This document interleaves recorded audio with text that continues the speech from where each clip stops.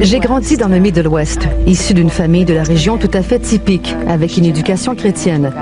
J'ai fréquenté une église baptiste et je suis allée à l'école, une école tout à fait normale. J'ai terminé mon éducation au Centre des arts décoratifs de Los Angeles.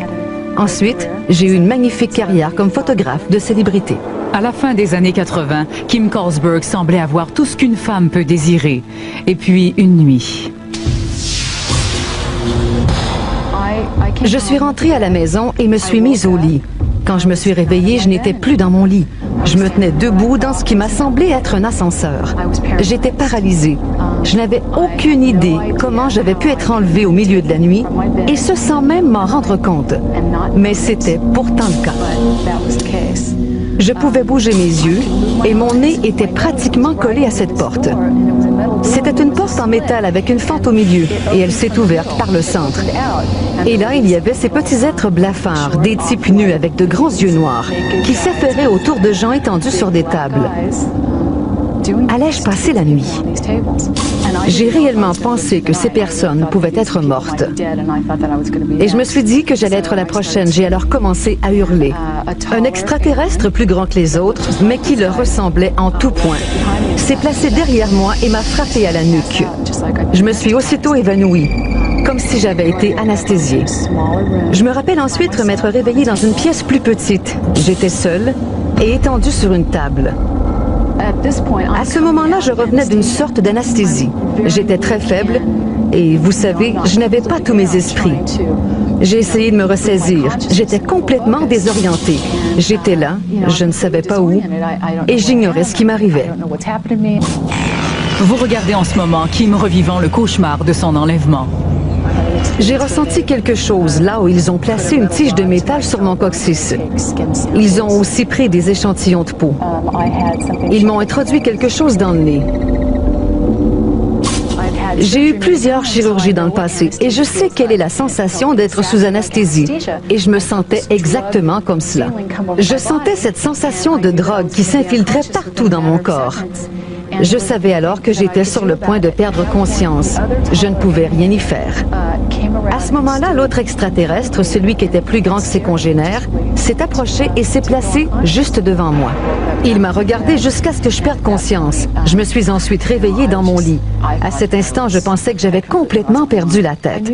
Je savais que ce n'était pas des hallucinations, mais c'était pourtant la seule explication logique. Comment quelque chose comme cela pouvait-il arriver? C'était impossible. De telles choses n'existent pas, et j'étais loin d'imaginer que cela se produirait de nouveau.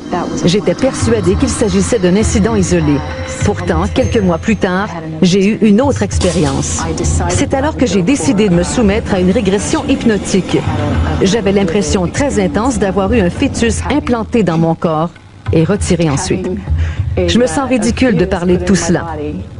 Je sais à quel point il doit être absurde d'entendre une femme prétendre qu'elle a été implantée avec un fœtus extraterrestre. Je suis une femme intelligente et instruite. Je sais quelle est l'opinion des gens, mais je suis désolée. C'est la vérité. C'est la sincérité de patients comme Kim qui a conduit le docteur Richard Boyland à étudier plus de 150 cas d'enlèvement par des extraterrestres. Les résultats révélés par sa recherche sont étonnants.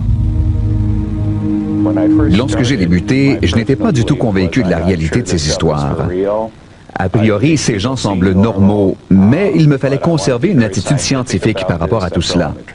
J'étais un psychologue reconnu et je me devais d'envisager la possibilité qu'il pouvait s'agir d'un désordre mental exotique. Je me suis donc intéressé de très près à ces gens et peu à peu, j'ai acquis la conviction que tout cela est vrai. Que ces nombreuses personnes ne peuvent pas toutes souffrir d'un même et mystérieux désordre mental. S'il y a une chose que ces contacts ont en commun, je dirais que c'est l'échange d'informations, l'éducation, la communication. Kim croit que cette information est un avertissement. Dans presque tous mes contacts, on m'a dit que nous détruisions la planète et que la situation était devenue très critique. Je me sens très proche de la planète et de l'univers tout entier. Beaucoup plus proche de l'univers que je ne l'ai jamais été auparavant. Lorsque je marche sur la plage,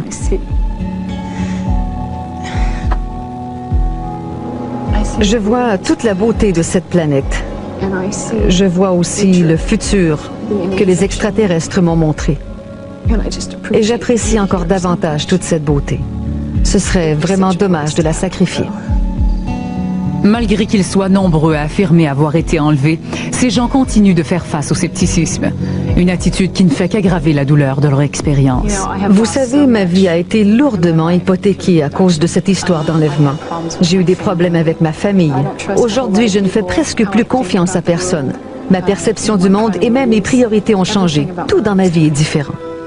Pour Kim, aider les autres à composer avec ce phénomène de l'enlèvement est devenu sa priorité. Par le biais de ses écrits, de ses conférences et de son travail à mettre sur pied un groupe susceptible d'aider les victimes, Kim rejoint les autres. Je rassemble toute la douleur et la projette dans mon travail. Je la transpose dans mes projets créatifs. Je peux la sentir et la canaliser de nouveau. Je ne la laisserai pas m'abattre. J'ai choisi ma voie. J'ai décidé de parler. Je sais que mon travail aide d'autres gens. Les lettres que je reçois chaque jour prouvent que mes efforts ne sont pas vains. Je sais que mon travail est bénéfique et c'est la chose la plus importante.